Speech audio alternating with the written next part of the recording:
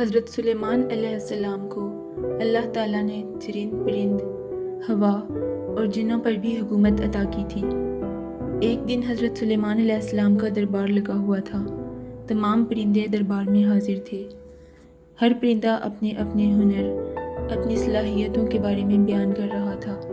جب سارے پرندے اپنا اپنا ہنر بیان کر چکے تو ہدہد کی باری آئی۔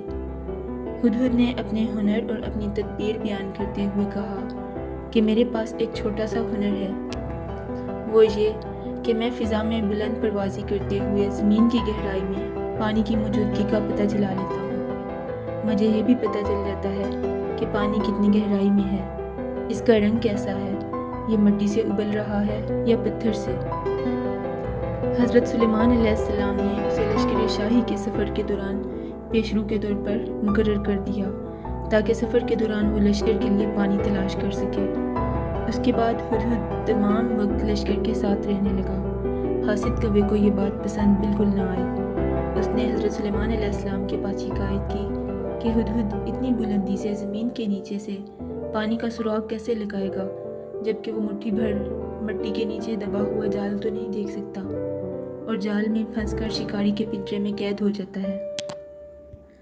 حضرت سلیمان علیہ السلام نے ہدہد کو بلوایا اور پوچھا کہ کیا تو میرے سامنے جھوٹ بولتا ہے اور شیخی بکھارتا ہے؟ ہدہد نے جواب دیا کہ خدا کے لیے میرے خلاف میرے دشمن کی بات نہ سنیں۔ اگر میرا دعویٰ غلط ہے تو میں اپنا سر زمین پر رکھ دیتا ہوں، اسے میرے تن سے جدا کر دیجیے۔ کوے نے تقدیر الہی سے انکار کرتے ہوئے یہ بات کہی ہے، میں فضا سے زمین پر خوب دیکھ لیتا ہوں، مگر جب قضا میری عقل کی آنکھ بند کر دیتی ہے تو میں مجبور ہو جاتا ہوں۔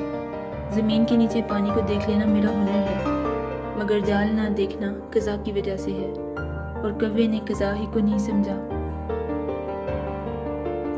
تقدیر کے لکھے ہوئے سے اور قضا سے بچنا ممکن نہیں۔ قضا جب آتی ہے تو عقل سو جاتی ہے، سب تدبیریں ناکام ہو جاتی ہیں۔